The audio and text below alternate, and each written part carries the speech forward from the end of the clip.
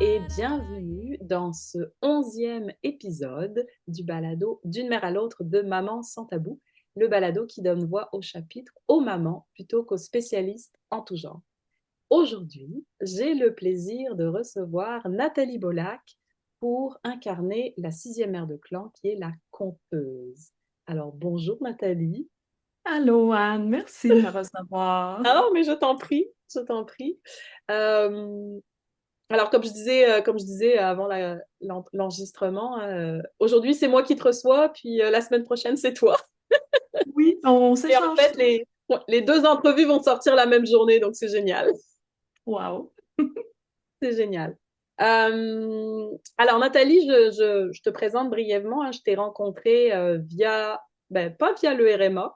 Je t'ai rencontrée, en fait, j'ai vu une publication dans un groupe d'entrepreneurs où tu cherchais des femmes qui voulaient raconter leur histoire. Et moi qui adore écrire, ça m'a appelée.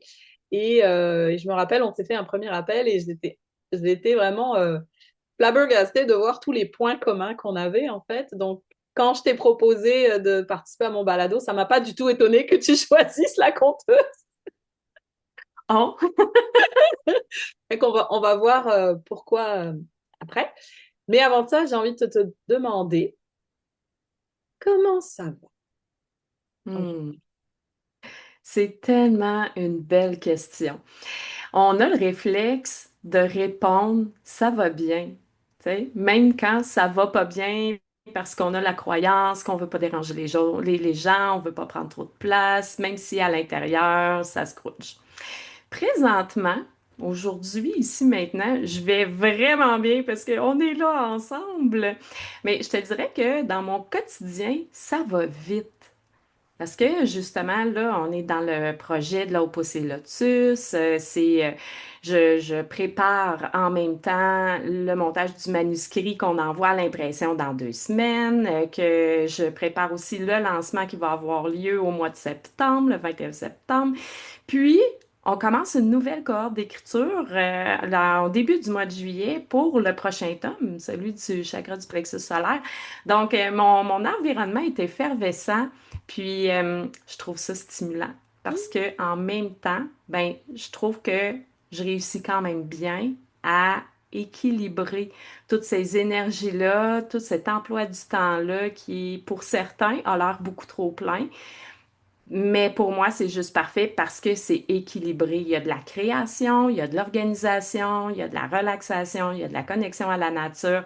C'est juste parfait pour moi. Fait que je vais bien, Oh, c'est effectivement. beau, c'est beau, c'est beau. Magnifique.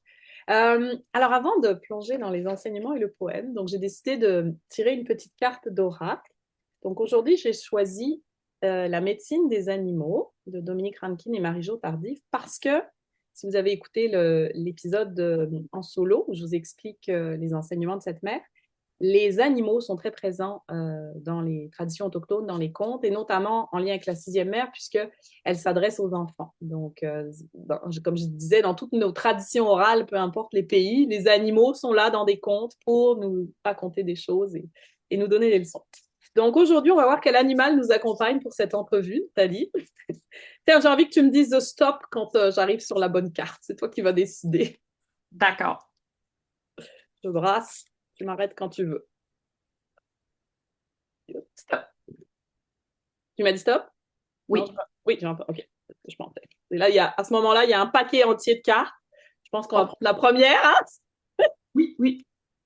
Ah, donc aujourd'hui, alors attends, parce que c'est attique en langage algonquin. Je ne me rappelais plus. Tu as un cerf, ça? Hmm. Parce que c'est en français, parce que celui-là, je ne l'ai jamais pigé encore. Alors, on va regarder dans mon petit livre. 221. 221. Je pense que oui. Pense que oui. Ah, c'est beau. Ça dit que je me déplace sur de grandes distances, je dois faire preuve d'endurance et de courage. Cela ne m'empêche pas de prendre le temps de vivre et d'être patient, un pas à la fois, une étape à la fois. Donc, il y a un beau lien avec ce que tu disais, hein, cet équilibre, qu'on avance, il y a beaucoup de choses, mais ouais. Et puisque je suis toujours en déplacement, je t'enseigne à ne pas t'attacher démesurément aux choses ou aux êtres qui t'entourent. Mais si un danger se pointe, je bondis et je file dans le vent avec fulgurance. Je t'inspire à trouver ta propre liberté d'esprit. Comme le peuple Anishinaabe, j'enseigne l'importance de la vie de groupe et de la connexion avec les ancêtres. Je te rappelle que même si tu es libre, tu n'es jamais seul. Ah, je suis Attic, le caribou. C'est le C'est ça, caribou. le caribou. Ouais. Donc, liberté d'esprit, détachement, vivre ensemble et sécurité au cœur de soi. Voilà ce qui nous accompagne aujourd'hui. Est-ce que je peux te faire une confidence? Vas-y. Je... il y a vraiment des choses très fortes là, qui sont remontées de cette carte-là. Tu parlais de toujours en déplacement, de l'importance du groupe, de courage, d'endurance, mais vraiment, ce qui m'a vraiment percuté, c'est un pas à la fois. Puis là, il y a quelques semaines, j'étais en voyage avec des femmes d'un groupe de réseautage. J'étais au Mexique. Puis, lors de ce voyage-là, j'ai profité d'un tirage d'Astro Tarot Coaching. Puis, ce qui était ressorti dans ma lecture de cartes, puis dans ma carte du ciel aussi, c'était d'y aller un pas à la fois. OK. Là, l'univers te répète le message. Ouais. Oh, Donc, mon message, c'est ça, là. Puis, je suis vraiment contente que ça ressorte encore aujourd'hui parce que c'est vraiment là qu'il faut que je m'aligne un pas à la fois, là. Puis j'ai cette tendance-là aussi, ben je sais pas, probablement qu'on est plusieurs mères comme ça, mais de vouloir, on voit loin, hein, puis mhm. on voit déjà le résultat où on veut voir, on imagine le résultat avant même que le voyage soit fait. Fait que, ouais, se rappeler qu'ici maintenant, c'est important aussi. Ouais. Ouais, ouais, ouais. Ouais, effectivement. Alors, après cette introduction, déjà pleine de beaux enseignements, je vais relire les enseignements et le poème de La Conteuse. Et après, je vais te demander de me dire comment ça résonne avec toi, Nathalie. Juin, La Conteuse, la dépositaire des histoires de médecine, la gardienne de la médecine Eyoka et de l'humour, l'enseignante qui instruit sans désigner du doigt, celle qui préserve la parole qui vient de l'expérience personnelle et de la vérité.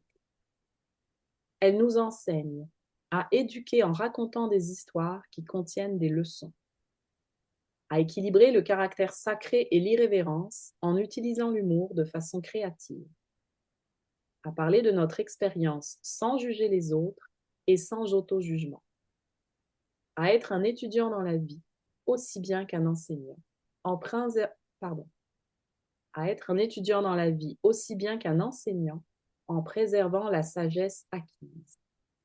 Elle nous enseigne à dire la vérité. Son poème. Raconte-moi une histoire, douce mère, sur les ancêtres et leur époque, sur leur façon de cheminer avec beauté en apprenant les voies médecine.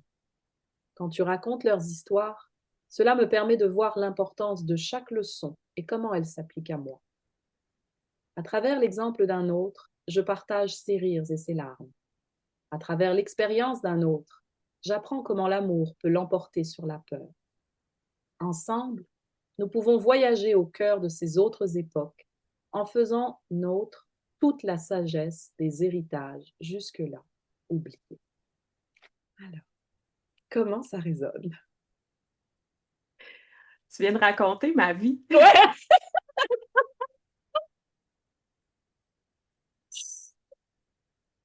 c'est beau, j'adore.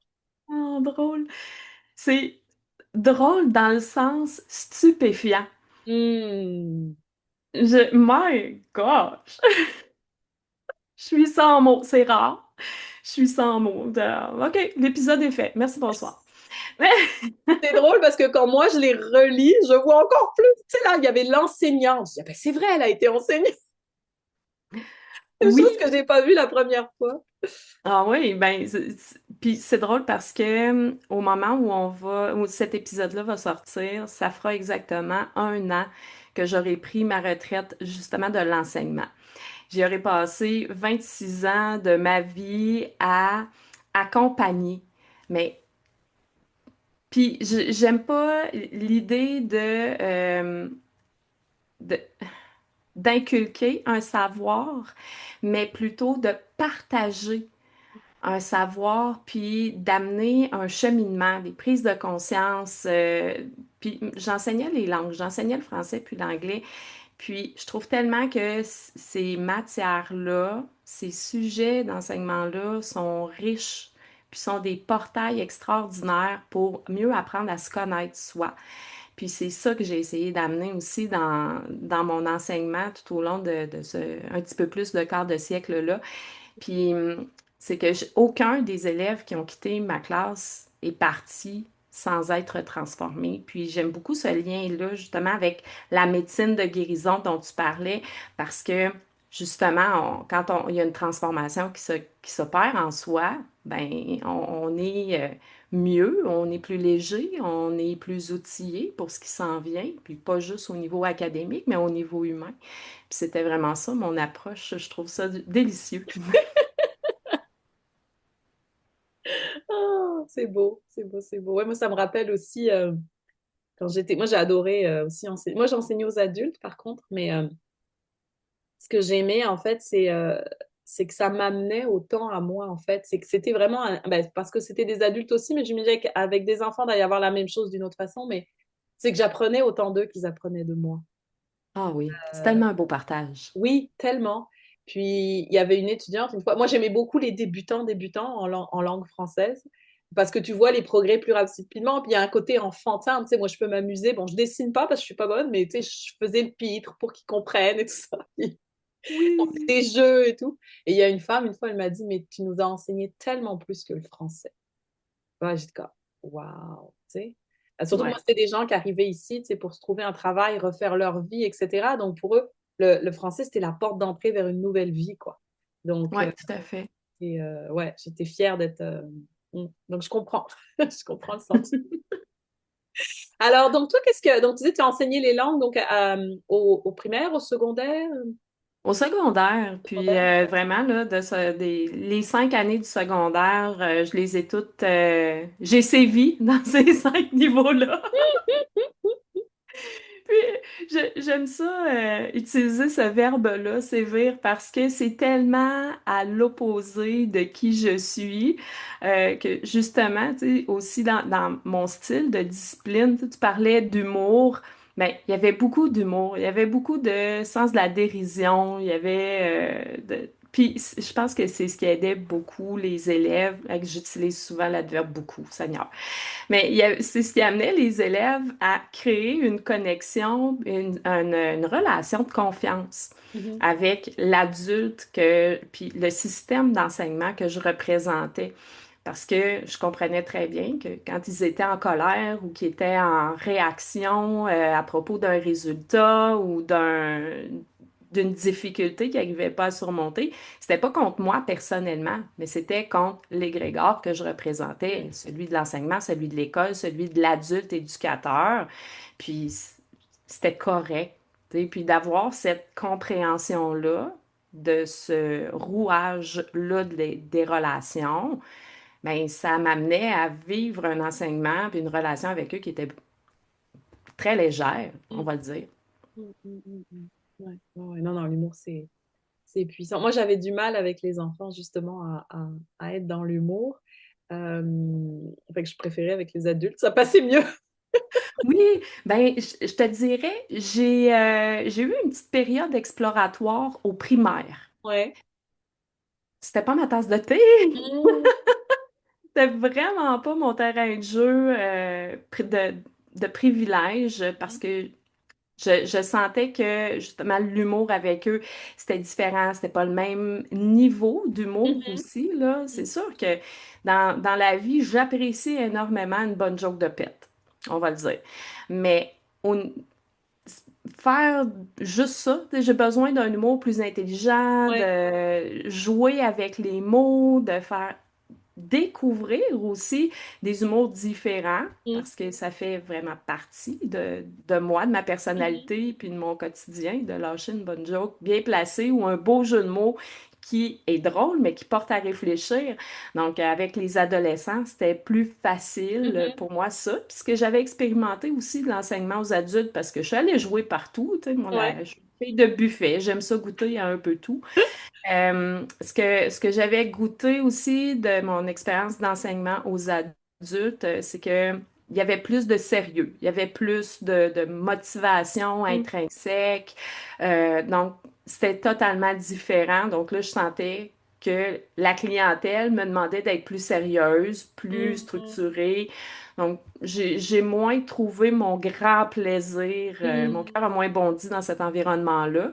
mhm. Mais tu sais, c'est pour ça que on est tous différents pour Ouais, pouvoir répondre à des besoins différents. ouais, tout à fait. Ben moi, tu vois, c'est ça que j'ai, dans la petite expérience que j'ai eue avec les jeunes, c'était le manque de motivation. Il y en avait beaucoup qui étaient là, qui n'avaient pas forcément envie d'apprendre, envie d'être là. Fait que moi, faire la discipline ou les convaincre que c'était important d'apprendre, ça me dérangeait, mais c'est toujours aussi parce que, tu sais, moi, j'ai toujours aimé l'école. Donc, je comprenais pas qu'on puisse pas aimer apprendre, tu vois. Donc, j'avais vraiment du mal à me mettre à leur place. Mais j'aimais beaucoup les débutants parce que justement, je pouvais être dans le jeu, dans l'humour, dans, tu sais, avec les avancées, c'était plus des conversations, ou alors de l'écriture, apprendre à bien écrire. Fait c'était moins drôle. Quoi qu'une fois, je me rappellerai toujours d'un étudiant, il voulait me prouver à quel point, même à l'écrit, l'anglais était une langue plus facile. Fait qu'il m'avait dit, OK, on va faire un exercice. Tu sais, on va choisir un sujet, puis je vais écrire une lettre ou un courriel, je sais plus ce qu'on avait fait, en français, puis toi, tu fais la même chose en anglais, tu vois. Je savais pas que ça. Mais c'était, tu sais, c'était un ingénieur qui avait choisi d'être ingénieur pour nourrir sa famille, mais il avait une âme de poète, cet homme. Tu sais. S'il avait suivi son cœur, il aurait fait de la poésie, quoi, tu vois. Puis il avait une culture générale impressionnante, là. Fait que, bon, Wow. il avait raison, c'est lui qui avait raison finalement, mais Fait que là, on était dans le jeu, mais sinon, c'est vrai que c'était plus sérieux. Mais pour revenir aussi sur ce que tu disais, moi, quand je repense à tous mes. J'ai toujours adoré l'école, mais c'est vrai que les profs qui m'ont laissé leur plus grande marque, c'est ceux qui avaient leur cœur d'enfant, qui étaient dans l'humour, qui étaient dans le plaisir, tu sais, plutôt que l'enseignement by the book et il faut apprendre tu sais, Oui, c'est. effectivement, j'ai été dans la même situation que toi, dans la même posture que toi face à les enseignants qui m'ont accompagnée quand moi j'étais étudiante, autant au primaire, au secondaire, au collégial ou à l'université. Ça a été toujours la même chose. Les enseignants avec qui j'ai bien performé ou auprès desquels j'ai bien performé ou que je me suis sentie bien en confiance, c'était ceux qui étaient humains. Mhm. Puis quand j'ai décidé, parce que c'était pas ça le plan de devenir enseignante au départ, Moi non plus. quand j'ai Moi, j'ai toujours dit, je choisi, ne ferais pas comme ma mère. Finalement, c'est ça que j'ai fait. mais quand j'ai choisi de prendre cette voie-là, je me suis promis que jamais je ne serais un prof ben Ah, je vois. square, Ouais. puis blasé, puis autoritaire, que ce serait enveloppant, que ce serait que je m'occuperais de l'humain avant de Mhm. m'occuper de la matière. Parce que quand l'humain, puis j'aime beaucoup cette première question que tu m'as posée quand on est arrivé, comment tu vas? Mais quand l'humain n'est pas considéré, puis qu'on arrive déjà avec un petit nuage gris au-dessus de la tête, c'est difficile d'avoir l'esprit ouvert à autre chose. Mhm. C'est difficile d'ouvrir la porte à l'apprentissage.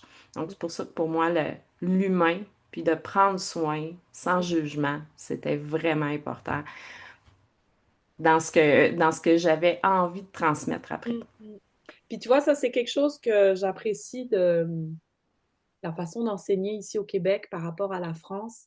On met beaucoup ça de l'avant, en fait. Le lien, tu sais, là, bon, je sais qu'avec la loi, ils veulent réinstaurer le vouvoiement dans les écoles et le madame et tout ça. Puis je comprends, il y a effectivement des valeurs derrière tout ça. Euh, moi, je trouve ça formidable que, tu sais, ma fille, elle adore son enseignante, elle lui dit je t'aime, elle lui écrit des poèmes. Cette relation-là avec l'adulte, je trouve ça formidable parce que moi, c'est vrai qu'à l'école, j'étais toujours dans une relation d'autorité. Peut-être un peu moins en primaire, quoique ça dépendait des enseignants. Puis une des enseignantes au primaire qui m'a le plus marqué, c'était Madame Grandame. Euh, Parce que justement, tu sais, elle prenait le temps, alors je sais plus si c'était toutes les semaines, mais de nous faire un moment de relaxation. Tu sais.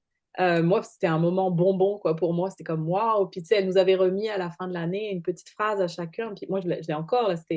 Ça voulait dire, c'était en latin, là, usque ad maximum, là, va jusqu'au bout, tu sais. Puis quelque chose comme garde ton sourire, ou, tu sais, je me suis dit waouh. Mais, tu sais, des phrases comme ça, il y a des enseignants, il y a des adultes comme ça dans ton parcours de vie qui ont une influence tout au long de ta vie, en fait, parce qu'ils ont su toucher justement à quelque chose d'humain. Voilà. Oui, puis justement, de toucher à ce quelque chose d'humain-là, non seulement, je disais tout à l'heure que ça ouvre la porte plus facilement à laisser entrer des apprentissages, mais ça ouvre la porte aussi à créer une relation, à se Mhm, raconter, à se mhm, confier. Puis je pense que c'est là aussi où je connecte plus avec l'archétype de la mère de la conteuse. mhm, mhm, Les histoires, ça m'intéresse, puis de cette transmission-là de qui on est mhm. pas seulement qu'en tant que personne, mais en tant qu'humain, en tant que peuple, en tant que nous.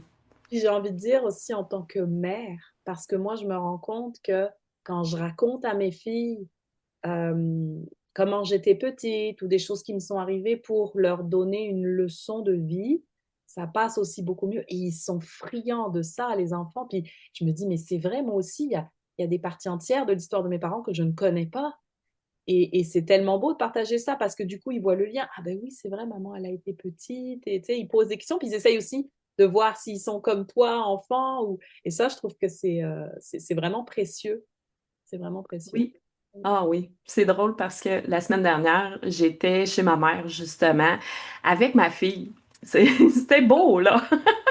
Puis, on discutait de la perception qu'on avait les unes des autres. Puis, c'est tout aussi banal que ma fille qui demande à ma mère, toi, ma mère, là, t'as jamais conduit, hein?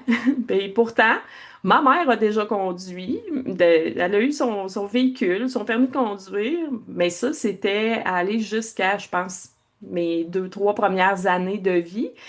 Puisque c'est pour ça que ma fille a jamais vu ma mère conduire. Puis encore aujourd'hui, ma mère conduit toujours pas. Mais pour elle, ça a été toute une découverte de se rendre compte que, oh mon Dieu, ma grand-mère a déjà été une femme totalement indépendante de ses mouvements. Pas qu'aujourd'hui, elle l'aperçoit comme quelqu'un de dépendant, parce que ma mère est quand même vraiment autonome, puis débrouillarde, puis elle a toujours une solution à tout. Mais ça amenait une vision ou une facette différente de ma mère à Mhm. ma fille qui, pour elle, elle trouvait ça réconfortant, tu sais, puis ça la validait aussi dans sa façon d'être autonome, puis sa façon d'être libre aussi dans sa vie. Ah, c'est beau, c'est beau, c'est beau. Alors justement, ça m'amène à ma prochaine question, puis au cœur de l'entrevue. La maternité, parce que tu es maman, tu l'as mentionné. Qu'est-ce que ça a été dans ton histoire de vie? Comment tu l'as vécu? Tabarouette. Oh. Je te résumerai ça en une phrase en anglais. What a ride. Je comprends. Oh mon Dieu. Autant j'ai rêvé avoir des enfants. Quand j'étais enfant, je jouais à la mer, les poupées, les Barbies, je promenais ça, tu sais, puis je me voyais dans un rôle idéalisé de mère. Mhm, Euh, la naissance de ma première enfant a été une expérience, on va le dire. Ça s'est pas passé naturellement comme je l'attendais. Puis après la naissance du deuxième, j'en ai deux. mhm, Après la naissance du deuxième, là, j'ai le postpartum, ça m'a happé à en pleurer en petite boule couchée sur le plancher du salon. C'était pas la maternité qu'on nous faisait voir dans les médias. Ça a été difficile. Puis à cette époque-là, j'étais une mère très encadrante, très stricte. Tu sais, dans l'idéalisation, tu sais, je mhm, voulais tellement que le genre de mère que je suis, la façon dont j'étais perçue comme mère, je voulais tellement que ça corresponde à ce mhm. qu'on nous partageait Ouais. partout, puis les croyances que tout le monde avait sur qu'est-ce que c'est une bonne mère, mais je voulais tellement montrer puis prouver que j'étais une bonne mère que Mhm, je me dénaturais totalement, puis ça a créé des frictions, puis des conflits qui ont duré longtemps là, entre ma fille et moi, mhm, puis ça m'a amené loin. dans mon désespoir, disons-le, là, puis dans mon malheur d'être mère. Puis à un moment donné, ben, il a fallu que j'aille assez creux dans ce trou-là que j'étais en train de creuser moi-même à force d'être rigide, que ça m'a fait me rendre compte que j'étais pas moi, j'étais pas une bonne. En tout cas, je le mets en gros chevron, là, une bonne mère. Oui, je suis d'accord là-dessus. Ouais, euh, parce que c'était moi qui m'imposais ça, parce que je me donnais pas le droit d'être moi dans mon style, dans ma personnalité. Puis à partir de là, ben ça n'a pas été comme un interrupteur de lumière là, qu'on allume et qu'on éteint. Ça a été un petit cheminement. Mais je considère que à partir de ce moment-là, je dirais depuis une dizaine d'années, je suis une bien meilleure mère parce que je suis beaucoup plus je suis vraiment, comment je dirais ça, libre. Mhm, Ouais. Je pense que c'est la liberté d'être moi, mhm, 100% moi, de la même façon que j'étais 100% enseignante, là, t'es mhm. 100% moi en enseignement, je m'autorisais pas ça dans mon rôle de mère. Puis à partir de quand j'ai fait cette prise de conscience-là, que je pouvais être une mère aussi cool que j'étais une enseignante cool, ça a été une révélation. Puis là, la relation avec mes enfants, vraiment, puis principalement avec ma fille, a beaucoup changé. Puis ça a totalement changé la donne. C'est drôle, je me retrouve vraiment là-dedans, à part dans le désir d'enfant qui n'était pas aussi clair pour moi qu'il l'a été chez toi, mais moi aussi, le postpartum, je suis tombée de haut. Je suis comme, OK, c'est ça, être mère, c'est de pas savoir quoi faire, de me sentir incompétent, de pas me sentir à ma place. Puis ça m'a renvoyé à, ah, mais c'est vrai, j'aimais pas enseigner aux enfants. Finalement, pourquoi je suis devenue mère? Quelque part, je suis pas à l'aise avec les enfants, tu sais, puis même bébé, là, tu sais. Puis Ah ouais, ben, ça m'a confrontée à mes attentes, à mes limites, tu sais, à beaucoup de choses. Euh, et moi aussi, alors moi, ce qui a changé la donne, en fait, c'est de commencer à dire toutes ces choses-là, à l'écrire, à en parler. Ça m'a hmm. beaucoup libérée d'un poids, en fait. Puis, ça s'est transformé. Puis, ce que tu disais aussi, ça me faisait penser à la discussion que j'avais eue avec Mel C quand on a fait la retraite d'écriture avec toi en janvier. Ouais. Oui. Euh, parce que ce que je trouve dur dans le rôle de mère, c'est d'être à la fois la figure d'amour, d'attachement, d'amour inconditionnel, d'attachement, puis la figure d'autorité. Ah ouais. Parce que moi, j'ai grandi avec un père qui était l'autorité et une mère qui était l'amour, si tu veux. Puis là, moi, Ouais. il faut que je réunisse les deux en moi. Puis je trouvais ça tellement difficile, tu sais, justement, OK, il faut enseigner des choses, il faut montrer l'exemple et tout, mais en même temps, on aime. Fait que, tu sais, il y a Ouais. une des femmes, une fois, qui me disait toujours, ben moi, quand je me dispute avec ma fille, je lui dis toujours, l'amour n'a rien à voir là-dedans. Ben, je trouve ça très beau. Effectivement. C'est vrai. Tu sais, c'est pas parce que je Ouais. suis fâchée avec toi que je t'aime plus.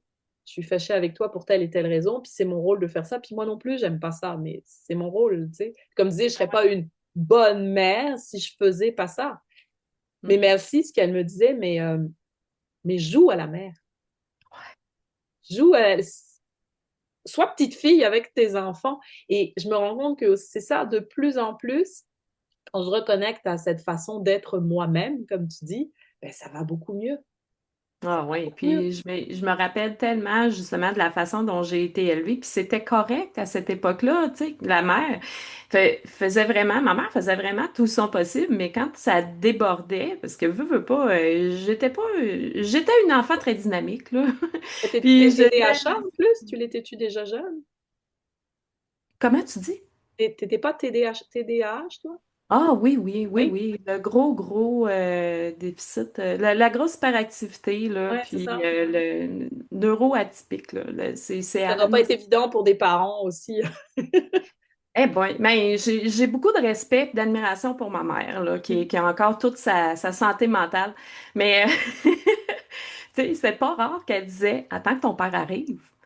Parce que justement, la figure d'autorité, il n'y avait pas de gant de velours, là. La main de fer, c'était mon père. Mais finalement, je me suis rendu compte, quand moi, je suis devenue mère, que ma mère aussi avait une main de fer, mais elle avait un grand gant de velours autour. Puis sa méthode était beaucoup dans la douceur. Puis ce que tu dis, tu sais, ce que tu as mentionné précédemment, de faire la différence entre il y a de l'amour. Oui, là, présentement, je suis en train de faire ma job de mère, Mhm. d'éducatrice, en disciplinant ou en Ouais. nommant des choses qui font pas mon affaire ou qui sont inacceptables. Il y a de l'amour en arrière de ça. Puis j'ai toujours dit à mes enfants, là, comprends-moi bien. Ce n'est pas toi que je n'aime pas, c'est le comportement que tu adoptes présentement. Et ça, c'est deux choses différentes. C'est l'action que tu es en train de faire, c'est la décision que tu viens de prendre, mais c'est totalement différent de toi. Toi, mon amour est inconditionnel pour toi. Tu vas me demander d'aller marcher sur la Lune pour te sauver la vie, je vais le faire. Je vais questionner ton choix d'aller sur la Lune. Mais si tu as besoin, je vais être là. Puis la porte sera toujours ouverte. Peu importe les choix, puis je suis qui, moi, pour juger de tes choix? Tu sais, c'est toi qui sais qu'est-ce qui est le meilleur pour toi à un moment X avec les connaissances que tu as à ce moment X-là. Moi, j'ai un vécu totalement différent, dans une éducation totalement différente, puis ça se peut que ça vienne clasher avec mes propres valeurs, avec mon éducation. Puis je suis consciente que la façon dont j'ai élevé mes enfants, puis je dis dont je, là, mais dont on a élevé nos enfants, l'amoureux et moi, euh, c'est totalement différent de la façon dont nous, on a été élevés, éduqués, puis nourris. Donc, c'est normal que ce que nos enfants ressentent avoir besoin pour eux, ce soit différent de ce que nous, on pense qu'ils ont besoin, là. Puis ça a été vraiment important, cette ouverture-là, puis de garder cette conscience-là qui sont des humains à part entière, qui ont des ambitions qui leur sont propres, qui ont des jugements sur des situations, sur des actions qu'ils veulent faire, sur des choix qu'ils veulent faire, qui sont pas nécessairement en concordance avec les nôtres. Puis ça prend beaucoup d'ouverture puis d'humilité, je trouve, pour accepter ça, puis un petit peu de violence personnelle, je pense, de mettre de l'ego de côté Ouais. pour les accompagner là-dedans, même si c'est contractant pour nous. Ouais. Ouais, ouais, moi, je dis toujours, la maternité, ça m'a ouvert toutes mes blessures, toutes mes failles. Puis mon aînée, elle a vraiment le doigt pour mettre, vraiment le tour pour mettre le doigt, tu sais, sur le bobo, puis me renvoyer les parties de moi que j'aime pas. Puis Oh oui. j'ai toujours, tu sais, j'ai toujours eu du mal avec elle parce que, tu sais, il y avait des. En fait, c'est ça, c'est que mes besoins n'étaient pas forcément les mêmes qu'elle, des valeurs que moi je veux lui transmettre, mais ça résonne pas forcément avec elle. Puis il y a des choses, je me suis rendu compte, bah oui, là, elle est plus comme son père.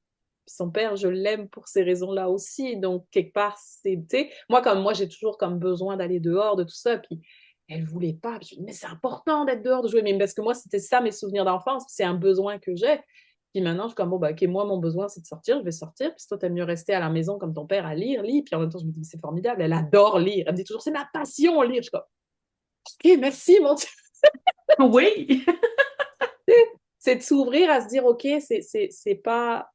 C'est c'est dur, c'est aussi de se dire, ah, elle me ressemble pas ou elle aime pas les mêmes choses que moi ou tout ça. Et en même temps, moi, ce que je trouve formidable, c'est à quel point puis je parle, les deux, là, tu sais, elles ont vraiment chacune leur personnalité, leur goût, puis en fait, d'être à l'écoute de ça, puis de les laisser s'épanouir là-dedans, tu sais. Il y a des fois, il faut Oui. un peu les pousser parce que, tu sais, ils se cherchent, ils flottent et tout ça. Donc, moi, je dis toujours, ben, essaye, tu verras. Tu sais, moi, je suis une pro de on essaye, ça marche pas. Oui, oui, oui. L'essai-erreur, c'est magnifique. Ouais, c'est ça. Tu sais, tant que tu l'as pas essayé, tu peux pas. Mais, euh, mais oui, quand on est parent, c'est vrai que c'est très, très confrontant. Ouais.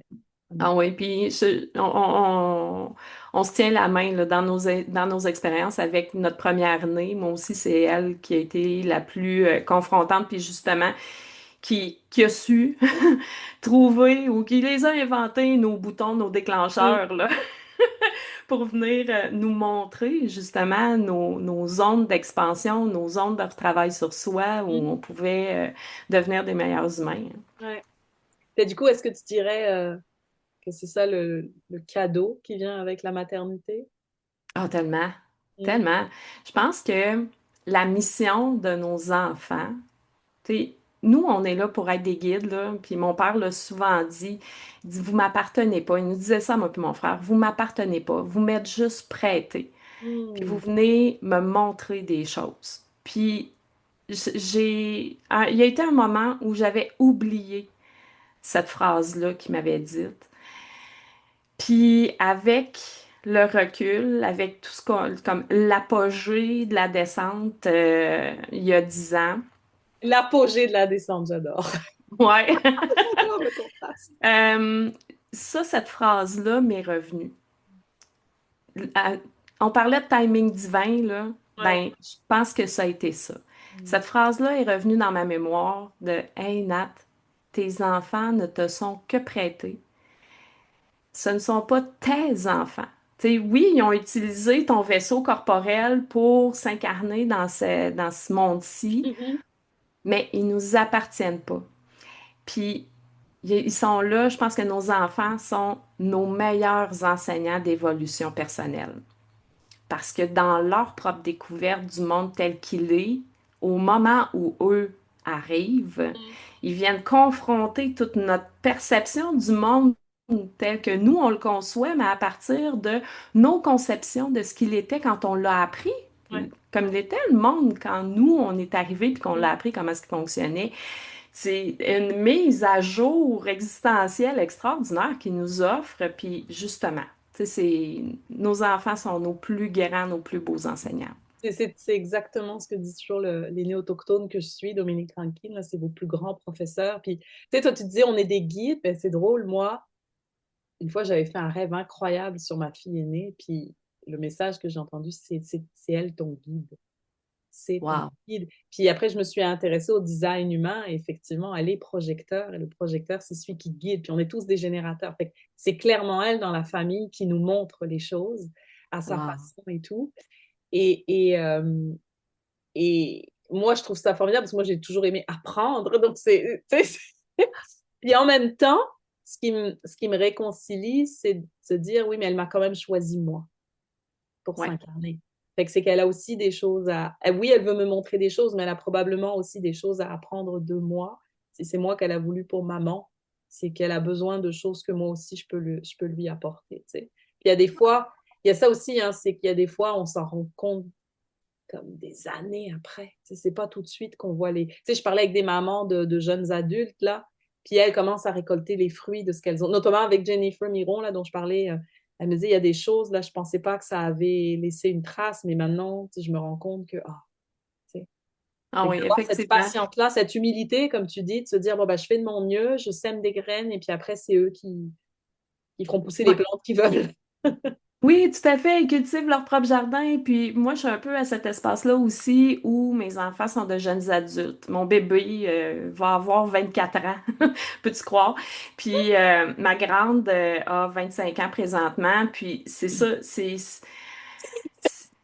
justement cette réalisation-là de se dire, OK, les discours que j'ai tenus, les phrases que j'ai répétées qui correspondaient à mes valeurs Mhm. de famille, de bienveillance, d'accueil, ben aujourd'hui, je les entends dans la bouche de mes enfants ou je les vois, sans les entendre, je le vois dans les comportements qu'ils adoptent auprès de leurs collègues, de leurs amis ou entre eux même. Puis je trouve ça réconfortant. Fait que, tu sais, si j'ai un petit message à donner aux mamans, Oui, là, c'est désespérez pas parce qu'à un moment donné, à force de cultiver, puis de labourer, puis d'engraisser la terre, le fruit sort, puis il est beau, puis il est délicieux. de prendre un pas de recul, puis de se dire, OK, ça. De faire Ouais. confiance, en fait, que ça va fonctionner. Puis je reviens, là, tantôt, quand tu parlais de ton père, ça m'a rappelé, d'abord, tu avais eu, enfin, je trouve ça formidable que tu aies un père qui t'ait tenu ce discours-là. Ça m'a fait penser dans le tome Racine hein, des Lotus, hein, tu parles de la famille, c'était vraiment important pour toi hein, quand tu étais Ouais. jeune. Ouais. Ah oui, vraiment très important parce que on n'avait que ça. Hmm. On n'avait que ça, la famille. Puis là, bon Dieu, je deviens émotive.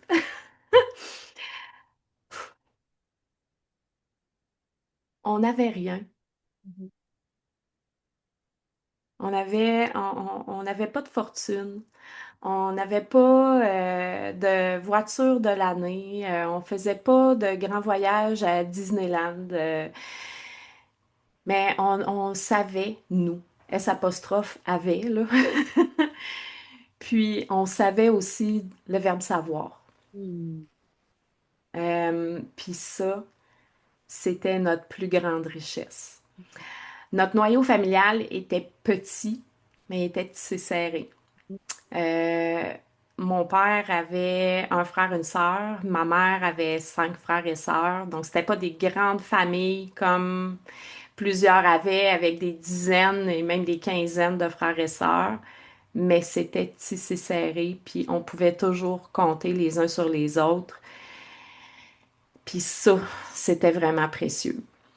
Puis encore aujourd'hui, je pense que c'est un... Puis je pense pas, je sais que c'est ça que j'ai voulu recréer avec ma propre famille, tu sais. Puis c'est drôle parce que il y a à peu près un mois, j'ai réalisé que dans les années 70, 80, dans le temps où c'était pas très médiatisé puis très peu à la mode, mon père faisait du développement personnel. Je me mon Dieu, c'est donc bien hot! Parce que il écoutait beaucoup les Jean-Marc Chaput. C'était un homme qui aimait beaucoup. C'est un conférencier, puis justement, il parlait de développement personnel. Puis mon père travaillait sur lui, sur sa personnalité, sa relation à la colère puis à l'impulsivité, grâce. Puis là, dans le temps, c'était les micro-sillons, là, les Hmm. 33 tours, là. Il écoutait ça en boucle, Jean-Marc Chaput. Si j'ai écouté ces disques-là, moi aussi, Hmm. inconsciemment, mais c'est ça. Tu sais, je pense que la plus grande richesse qu'on peut savoir, ce sont les gens qui nous entourent, les gens qui nous propulsent, qui nous font grandir, qui nous transmettent euh, des apprentissages, qui soient agréables ou désagréables. Hmm. Parce qu'il y a toujours quelque chose d'utile qui ressort de là. Il y a toujours Un cadeau ouais, à aller chercher. oui, un cadeau à aller chercher, effectivement. Puis oui, pour moi, la famille, ça a toujours été très important. Aujourd'hui, ben là, ma famille est plus petite parce que, bon, mon père a transitionné vers un autre plan d'existence. Plusieurs de mes grands-parents aussi, si ce n'est tous mes grands-parents ont transitionné, mais je les sens toujours présents.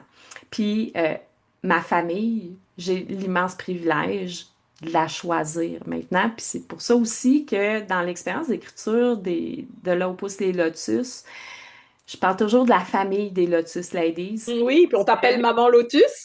Oui, parce que pour moi, cet aspect-là, puis toutes les valeurs de la famille, c'est vraiment ancré en moi profondément. Puis alors, si je fais le lien donc entre ton enfance puis là où poussent les lotus, cet amour des histoires, de l'écriture, est-ce que ça vient de ton enfance? Est-ce qu'on te racontait beaucoup des histoires? Parce que moi, je sais que en enregistrant l'épisode solo, j'ai réalisé, mais ça a toujours été là. En fait, donc, je voudrais savoir, est-ce que toi, c'était la même chose? Est-ce que tu as baigné là-dedans petit? Mon doux. OK. Non, ok, je vais te faire Mon... pleurer encore. C'est drôle parce que la conteuse, normalement, c'est la joie, puis là, ça fait 2 fois que tu brailles. Ben, c'est des belles larmes de nostalgie extraordinaire, d'une douce nostalgie. Puis, mon père était, bon, avant tout ça, Ouais, ma mère m'a lu et m'a raconté jusqu'à en avoir mal au cœur, boum boum, le petit tambour. Je savais à peine parler, je disais papa, maman, boum boum. ok. Puis là, maman, elle savait, elle prenait le livre de Boum Boum le petit tambour, puis elle me le lisait 3 fois avant le dodo, 2 fois avant la collation. Elle pouvait me le lire des dizaines de fois par jour parce que j'aimais cette histoire-là. Mhm. J'ai aucun souvenir de l'histoire, mais je me rappelle du moment privilégié que j'avais avec ma mère quand elle me lisait, tu sais, comment je me sentais quand elle me lisait Boum Boum le petit tambour. J'ai appris à manier le crayon très très vite. Ben, je voulais manier le crayon très très vite. Puis pour moi, c'était important d'écrire, de faire des lettres, de faire des chiffres. J'écrivais mon nom avant même d'entrer à la maternelle. Je comptais, puis j'écrivais les noms de mes tantes, de mes oncles, de mes grands-parents. Puis tenir le crayon, manipuler le crayon, créer quelque chose de tangible dans le papier, à cette époque-là, c'était déjà important pour moi. Puis au primaire, même, je brochais des feuilles de cartable ensemble pour en faire des livres, puis je dessinais, je Ma faisais fille, des elle fait tellement histoires. ça. Ma fille, elle a 8 ans, elle écrit des livres. Mon Dieu, elle est Ben dans... voilà, tu sais, pourquoi pas? Puis j'imaginais des histoires, puis au secondaire, j'avais toujours des notes extraordinaires pour autant pour la forme que pour le contenu Mhm, dans mes compositions, quand c'était de la création, puis j'avais cette fibre-là de raconter des histoires. Je lisais comme s'il n'y avait pas de lendemain, je dévorais littéralement tout ce qui me tombait sur la main. J'ai appris à lire à l'envers. Quand ma mère, elle lisait le journal, là, on était assises l'une en face de l'autre au petit déjeuner, puis ça lui prenait son moment avec son café, sa toast, puis son journal. Il fallait pas la déranger. Mais moi, j'étais assise en face d'elle, puis je voulais donc les lire les nouvelles, mais j'ai appris à lire à l'envers pour pouvoir lire les nouvelles en même temps que ma mère. Puis, avant même que je sache lire, je suis tombée en amour avec les livres parce que mon père était commis voyageur pour les messageries dynamiques. Puis à cette époque-là, on habitait à Rimouski, puis le sous-sol de notre maison au complet, c'était comme une bibliothèque. Tous les murs étaient tapissés d'étagères remplis de livres. Puis à chaque fois que j'avais le droit, j'en parle, j'ai encore le frisson, à chaque fois que j'avais le droit d'aller dans le sous-sol, puis d'explorer les livres. J'étais émerveillée par la texture des couvertures, l'odeur du papier. Tu sais, quand tu tournes les pages rapidement, ça fait du vent, puis là, ça a une odeur particulière, là. ouais. Cette odeur-là me donnait des frissons. J'aimais toucher. Des fois, il y avait des albums où c'était vraiment une couverture rigide avec des embossements dessus. Mhm. J'aimais ça caresser ces couvertures-là. Je suis tombée en amour avec les livres avant même de savoir lire. C'est complètement fou. Je suis Ouais. une junkie de bibliothèque. Mais tu sais, moi, je pense mes filles, c'est pour ça qu'elles aiment autant lire, parce que c'est la même chose. Tu sais, à notre époque, il y a plein de livres pour enfants, justement, avec des textures, avec des choses, avec. Puis la petite, qui a 5 ans, mais qui n'a pas commencé l'école, elle sait déjà lire. Mais parce qu'elle avait ce goût, puis tu sais, il y a des fois, elle dit, OK, je vais lire. Puis tu sais, en fait, elle regardait les images, elle tournait les pages, mais du coup, elle faisait les histoires dans sa tête. Puis quand nous, on lui lisait l'histoire, elle avait toujours tellement de questions, elle voulait vraiment comprendre, tu vois. Puis bon, Ah d'avoir oui. une sœur aînée qui aime enseigner, puis qui lit beaucoup, puis tu sais, elle joue beaucoup à l'école, là. Ah Euh, oui. Ça a aidé aussi, mais c'est effectivement, ça a commencé par l'amour du livre. Puis je sais pas toi, mais moi, je suis incapable de lire sur une tablette ou une Ah non. visio. Ah non, non, ça me prend le contact avec le papier. On dirait Exact. que ça crée une relation intime avec le personnage, à défaut que ce soit l'auteur. C'est tellement une expérience immersive, le papier. Il y a une chaleur qui s'installe Ouais. là-dedans. Puis, veux pas, tu sais, c'est un contact privilégié avec la nature aussi, avec la cellule de l'arbre qui a servi à créer ce papier-là.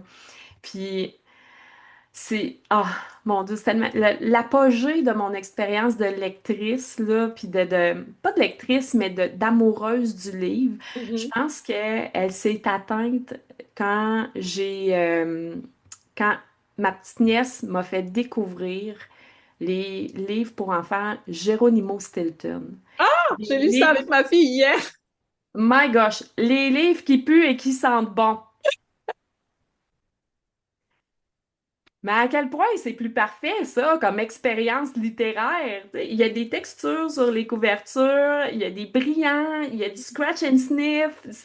Puis c'est écrit dans une typographie qui est changeante, Mhm. c'est beau! J'ai le frisson encore une fois. Euh, OK, là, je capote. J'ai allumé comme un rond de poil. Non, non, mais c'est vrai qu'il y a une expérience sensorielle là, tu vois. Puis hier, j'ai vu Geneviève qui m'a donné mon magazine là, en conscience. Puis hier, je le feuilletais, je suis comme, ah, mais il est doux. Là, je regardais, je suis comme, c'est vrai qu'il est beau. Tu sais, juste regarder les pages, je comprends.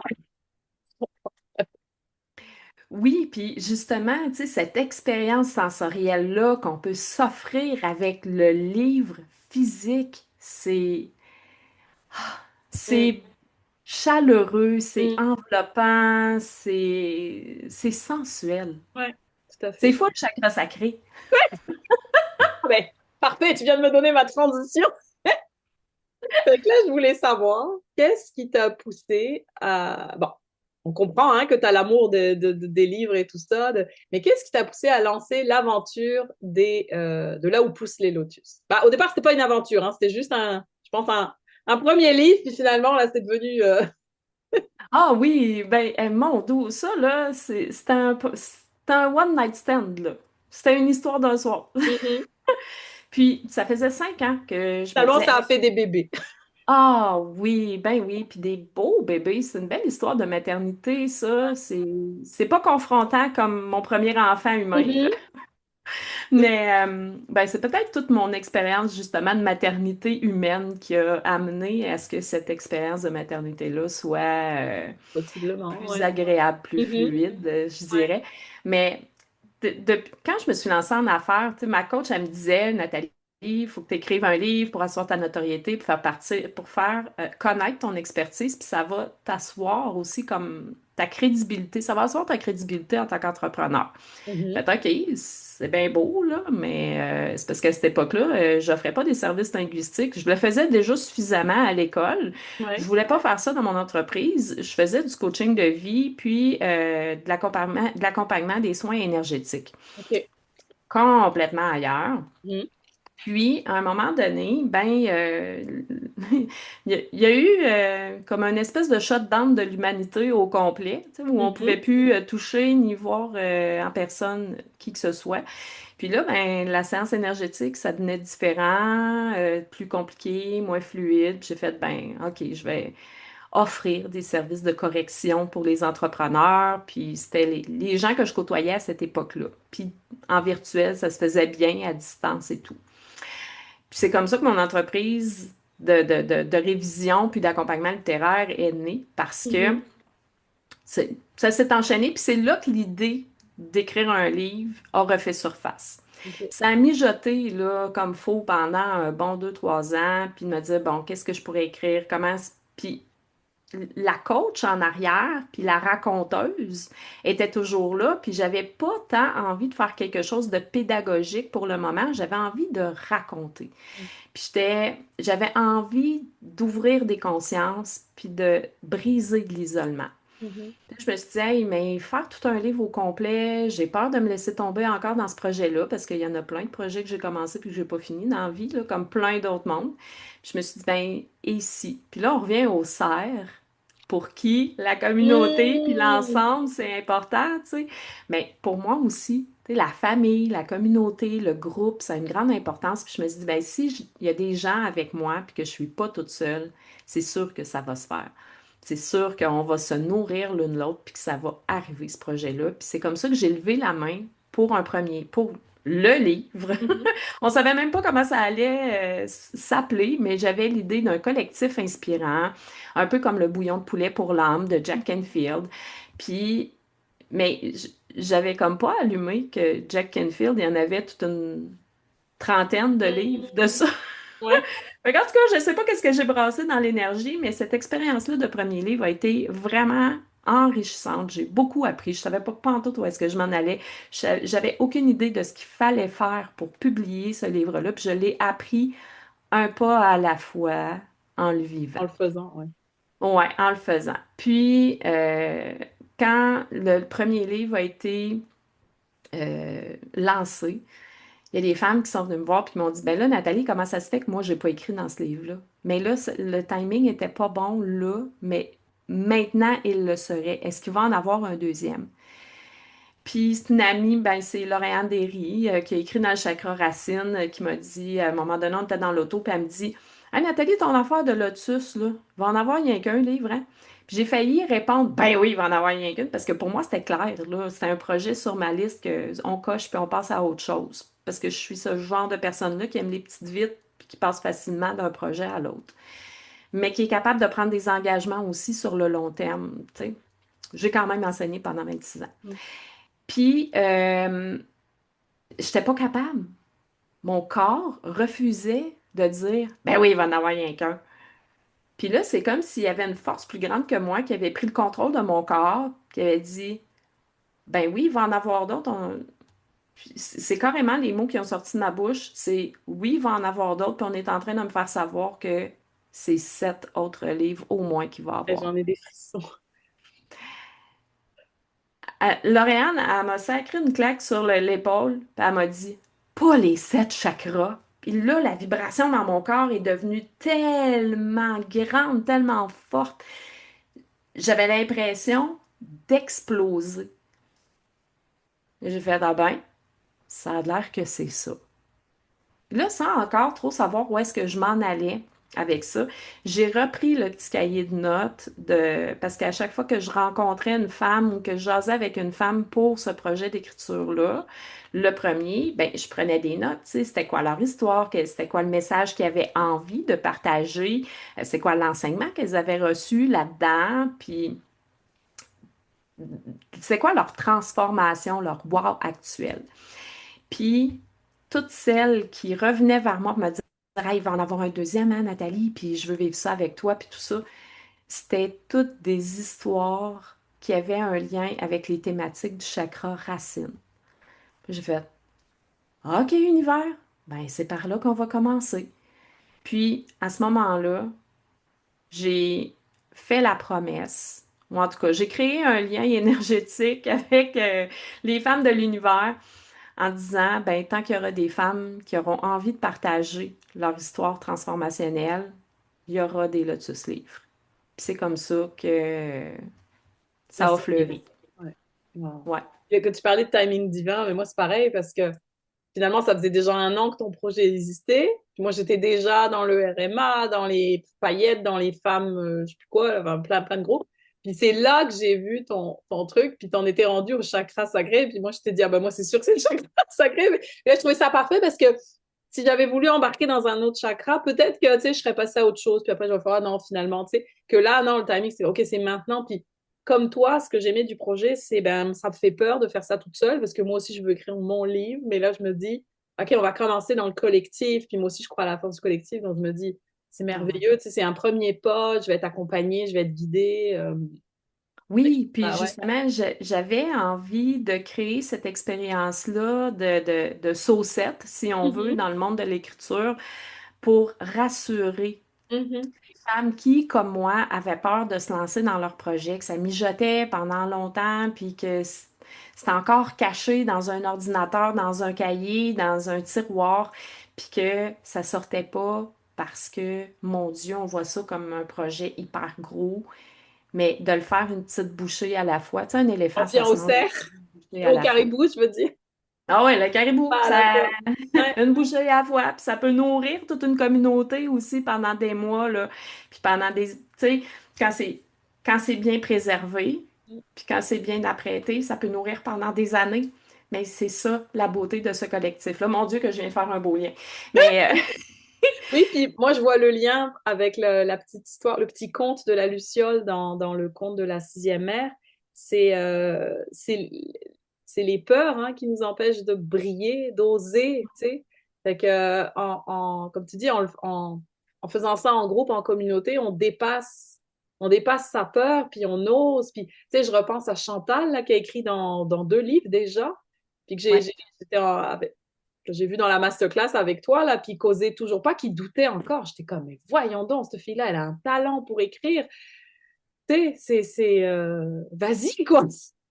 Oui, ah oui, puis ce que j'aime aussi, ce que j'apprécie particulièrement de cette communauté-là qu'on est en train de créer, ou qu'on alimente, puis qu'on crée Mhm, un écrit à la fois, une journée à la fois, c'est que il n'y a pas de jalousie, il n'y a pas de compétition, on s'élève l'une l'autre, mhm, on se met toutes en lumière l'une l'autre mhm, pour se permettre de briller, puis on est comme des diamants. Tu sais, c'est Stéphanie Labelle qui expliquait sa théorie du diamant justement dans le tome du chakra racine. mhm, C'est qu'on est tous des diamants, puis notre lumière à nous, elle reflète sur les autres pour les faire briller, puis ainsi de suite, tu sais, aussi Ouais. comme des paillettes, comme dirait justement Mélissa Normandin-Roberge, tu sais, des paillettes, tout ce que ça fait, c'est que ça reçoit la lumière, puis ça brille, ça la reflète, tu sais, puis ce qu'on voit des autres qui sont lumineux, ben, c'est notre propre lumière qui nous est reflétée.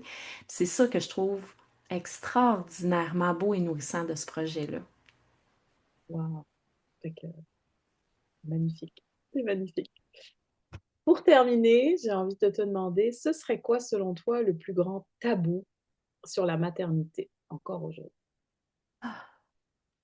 C'est qu'on a le droit de pas aimer ça. On a le droit de se sentir dépassé. On a le droit de, de dire, hey, fuck that. Aujourd'hui, là, je vais être une mère indigne, puis je m'en fous. J'adore. Puis, ouais, sans avoir peur d'être jugée puis rejetée, parce que dans le fond, secrètement, on en a toutes des journées, des semaines, des mois comme ça, où on aurait le goût de mettre nos enfants dans des boîtes puis de les envoyer en aller simple dans un obscur pays où on leur Comme je verra disais, de jamais. les jeter par la fenêtre Ah ouais, du troisième ouais, étage. oui. C'est drôle parce que c'est exactement ça que je raconte dans mon chapitre. Puis Jennifer qui m'a corrigée, qui est maman aussi, elle me dit, ah, t'oses tellement dire ce que j'ai toujours pensé, mais que j'ai jamais osé dire.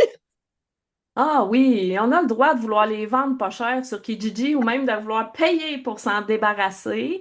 Fait que, puis ça, c'est un tabou. C'est Ouais, c'est quelque chose que je pense qui est mis sous le tapis, ouais, puis que ça a besoin d'être dit. Il faut normaliser que, en tant que mère, on n'a pas à entrer dans la case encore en gros chevron de la mère parfaite. ouais. Faut décrocher de tout ce qu'on voit sur les réseaux sociaux, à la télé, dans les livres. Moi, là, je suis tellement rassurée de voir dans un film une mère avec une toque molle, en vêtements de jogging un peu, pas, tu sais, 3 jours pas lavés, là, une clope sur le bord de la bouche, puis cernée jusqu'aux genoux, qui est à bout, là. Parce que c'est ça, la vraie vie. C'est pas le contenu léché qu'on nous offre, la petite Non. mère parfaite toujours sur Instagram, là. La vie, c'est pas Instagrammable. Puis pour en Puis, revenir à ouais. l'humour, je trouve que c'est de savoir avoir de l'autodérision à travers tout ça. Tu sais. Ah ouais, Puis il y ben a des oui. fois, c'est ces souvenirs-là qui vont rester de nos enfants. Hein. Tu sais, la fois où on était tous en pyjama, puis on a mangé des céréales parce que maman, elle avait pas dit de faire à manger. Ah oui, oui, parce que, puis ça, là, tu m'amènes tellement aux vacances. Puis là, là, le timing est parfait. On parlait de Ouais. timing divin, là, le v'là.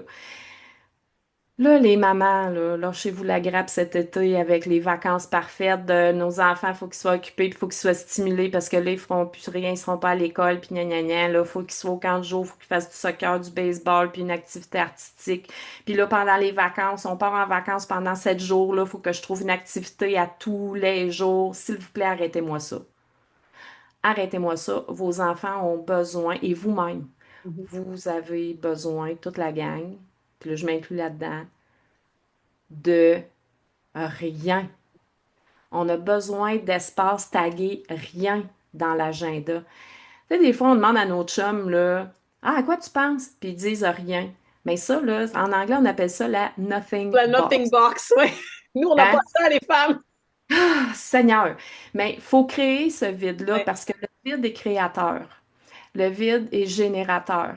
Puis il faut Puis, laisser les enfants s'ennuyer parce que c'est comme ça aussi qu'ils oui, développent leur imagination. oui, puis plus ils vont avoir de vide, plus ils vont avoir de liberté créatrice, plus ils vont dire, oh mon Dieu, cet été-là était extraordinaire. Parce qu'ils n'auront pas ressenti de pression, ils se seront vraiment reposés, ils vont avoir relaxé, ils sont surstimulés constamment, 10 mois par année avec l'école.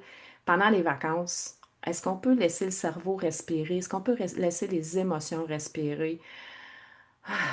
Voilà, c'est dit. Non, mais, Ah, tabarouette, que ça faisait des années que ça avait besoin de sortir ce ah, message-là. tant mieux. Merci, Anne. Mais moi, ça me rappelle en plus, tu sais, autant j'adorais le camp de jour où j'allais quand j'étais enfant.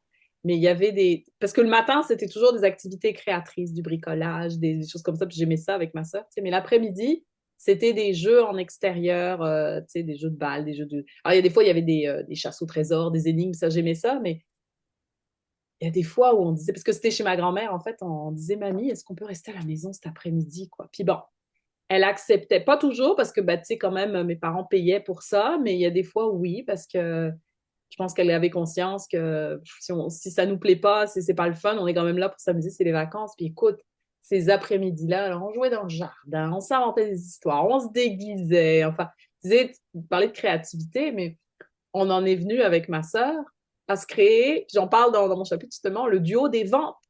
C'était un duo de comiques en France, puis nous, on avait la cassette, puis là, on fouillait dans les habits à mamie, puis on se déguisait, puis on montait des spectacles, tu sais, mais si on n'avait Oui. pas eu ce temps libre-là pour créer ça, ce serait jamais monté, tu sais.